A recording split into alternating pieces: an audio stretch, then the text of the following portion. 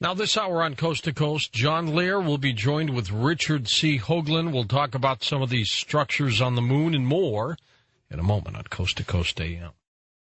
John, tell us a little bit more about Richard Hoagland's Moon-Mars connection that helped get you interested in some of the moon work. It was fascinating, but just let me slip this in here. Ron Schmidt, who has helped me with all this and done tremendous research over the past 2 months, has a website, thelivingmoon.com and landoflegends.us.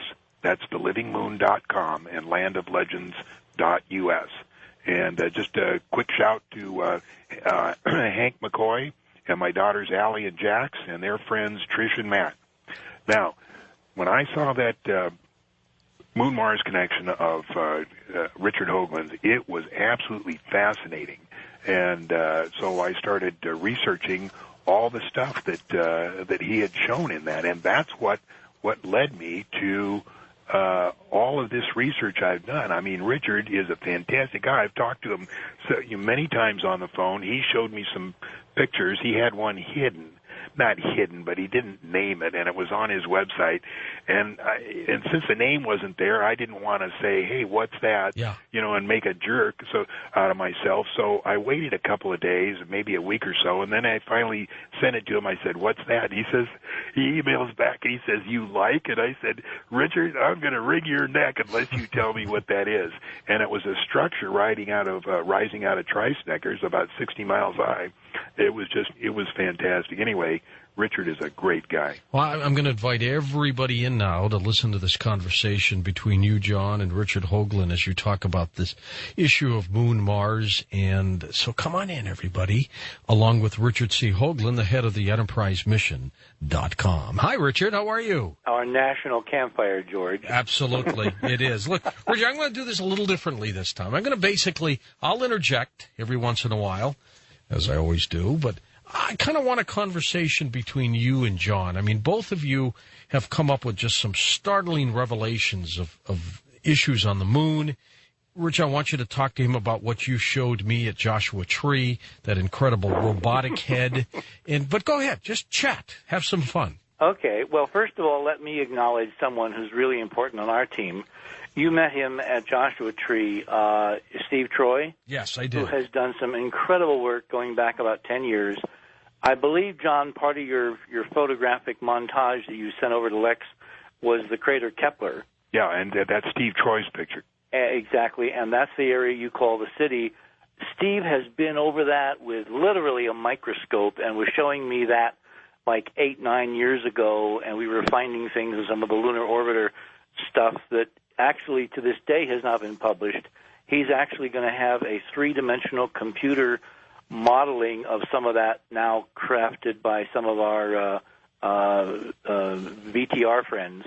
And he has done such amazing work. As I was saying earlier tonight, George, you don't believe in coincidence. No. Tonight I did 2 hours with our old friend David Livingston on the space show, which is the show that he has that kind of has co-opted all of the alternate space people, the engineers and the NASA people and the disenfranchised contractor people, all the people that can't understand what Griffin is really up to, because nothing about the New Moon Initiative really makes engineering sense, and we might get into that in a little while. Anyway, I did 2 hours with him, basically no holds barred. The gloves came off, and I talked about all the bizarre things that I'm going to be showing in Los Angeles at the Expo in a couple, 3 weeks. You think you have seen something, George, amazing? Wait till you see what I'm going to show you next, my friend. All right. All right. Now, John, I'm hoping you can get over to L.A. for this. This is the first weekend in February 9th through the 13th. Okay, I'll make it a point. At the L.A. Hilton. Okay. Because I got to tell everybody, everybody in America in this extraordinary audience, John is one of the few people that I both immensely agree with and immensely disagree with at the same time. How so?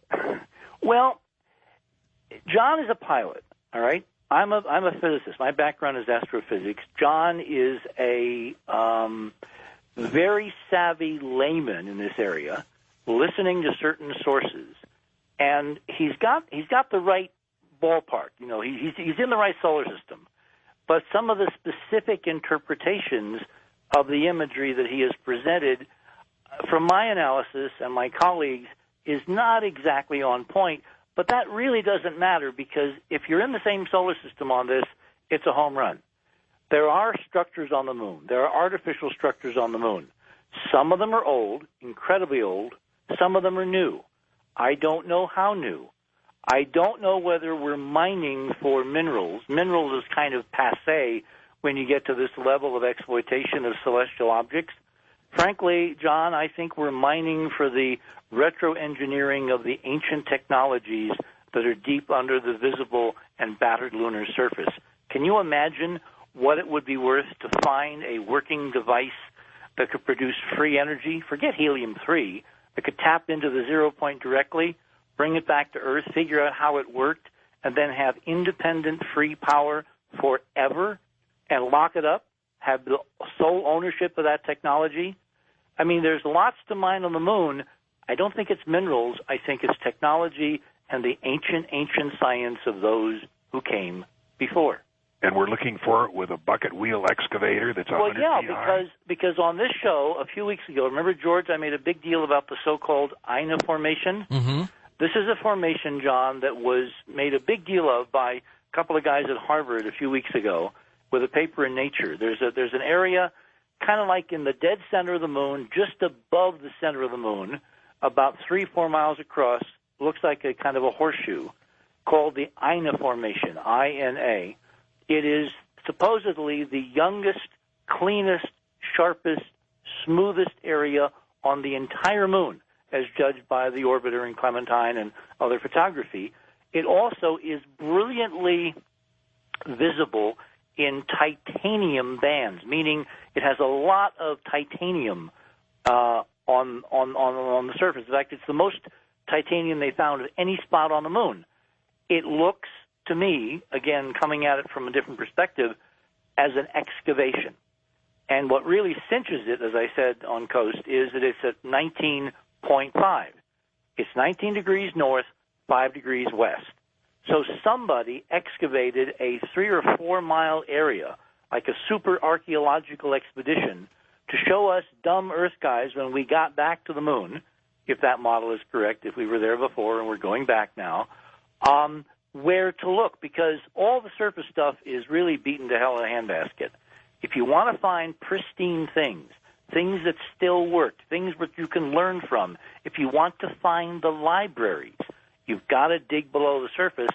And it looks to me, and I'm going to lay out the evidence for people coming to the expo in L.A., that somebody did us an incredible favor at this code latitude and longitude of 19.5, so we would go there and look at what's there, and that's one of the areas that I want the Lunar Reconnaissance Orbiter in 2008 to target, because, George, it will have almost the same resolution for the moon as we have with MRO of Mars, which is inches across. What's fascinating, though, is you and John, regardless of what's going on there, agree that something is happening on the moon. Well, I agree something happened. I'm much, much, much less certain, because I don't see it in our data that something is happening. The only place where I've seen structures, and I use that term in quotes, which look pretty new, like they're really, really kind of ongoing, brand new, yeah, would be on ramparts, John, in Tycho. When you look at Tycho, at some of the lunar orbiter pictures, you see this huge 60-mile wide impact crater, and then you see around the edges on the inside what they call abatements, which are flat areas that look like lava had pooled after the heat of the impact. On some of those, there are absolutely incredible, regular geometric structures that do not look as if they have been shattered and bashed by meteors exposed for millions and millions of years. They look very, very, very new. Now, the problem that I have with the whole new idea is that on the moon, because there's no, and this is going to get John really intrigued, no atmosphere. We'll come back to that, right, John? Yeah, there's a breathable atmosphere. Okay. I agree. This is where John and I really, really disagree. All right, but let's hold that for just a second. Well, you're in good company, because Bob Lazar doesn't believe it, and Ignorant Ape doesn't believe it. So you have good company. Well, but I've got evidence, and we'll go through the evidence for the audience, because in other words, what everyone needs to know is that John and I are not just picking this out of strange parts of